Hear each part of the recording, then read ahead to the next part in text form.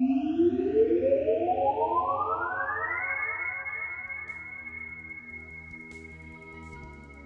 again. Today we'll be covering the 6 fundamental forces of nature in fiction. What's that? There's only 4? Well, in reality, yeah, but we're not talking about reality. So let's see what's up with this. First off, the 4 basics are pretty important, so let's go over those first. We have gravity, the strong nuclear force, the electroweak, which breaks up into electromagnetics, and the weak nuclear force. So, quick physics lesson here. Quick being a relative term. The forces of nature essentially are able to be described as rules, which dictate how stuff changes and interacts with other stuff. They don't create energy or matter, but they can dictate the way these interact with other things, and how they can decay or convert from one type to another. For example, if we take the electromagnetic force, it dictates how charged particles act. Things with a negative charge are drawn to things with a positive charge, and will convert some of their energy into kinetic energy to get closer to one another. At the atomic scale, this is ruled by protons and electrons, predominantly electrons, since they're much easier to remove from an atom and trade between them.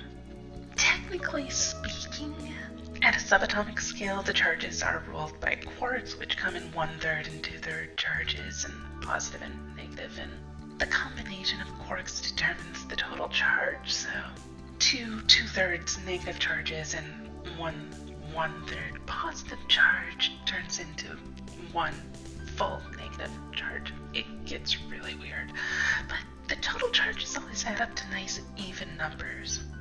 Weird, huh?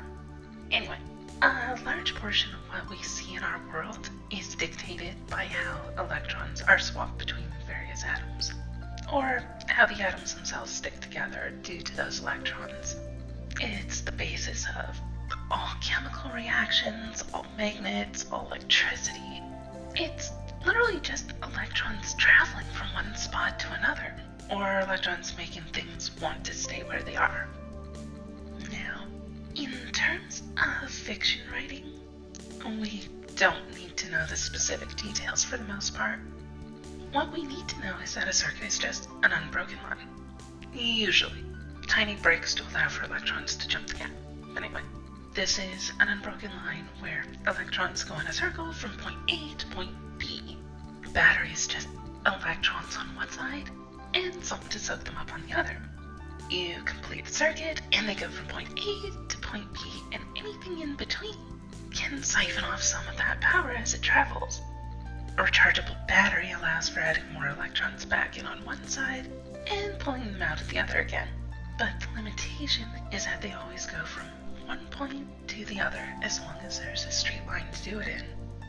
Electrons are lazy little buggers though. They go through the path of least resistance. They don't bother with anything that isn't fast and easy to go through. Seriously, wear a full suit of chainmail and you're pretty much immune to lightning. Oh sure, it'll hit you, like it'll almost guarantee to hit you. But it'll travel down the metal to the ground because it's easier to travel through the metal than through your body, leaving you unscathed.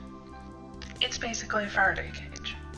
Anyway, consider that the next time someone lightning bolts a guy in full armor in one of your games or worlds. It doesn't work nearly as well as you'd expect because they're basically wearing a full body lightning rod / Faraday cage.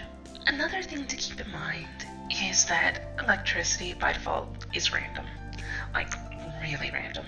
It flutters about with inconsistent pulse to it unless you regulate it somehow.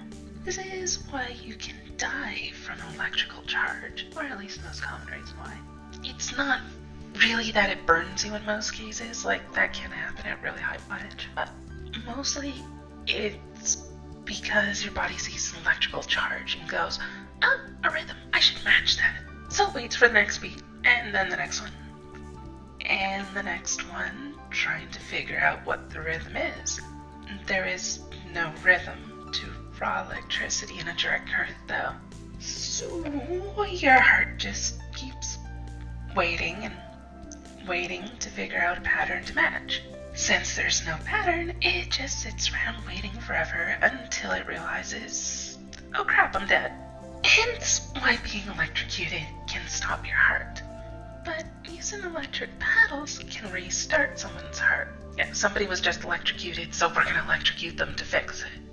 Well, it actually makes sense. See, by giving the heart specific bursts of patterns of electricity that it can match enough raw energy to do so again on its own, it can basically kickstart it back up again. See, the muscles are controlled by electrical impulses. You run electricity through a muscle, it contracts.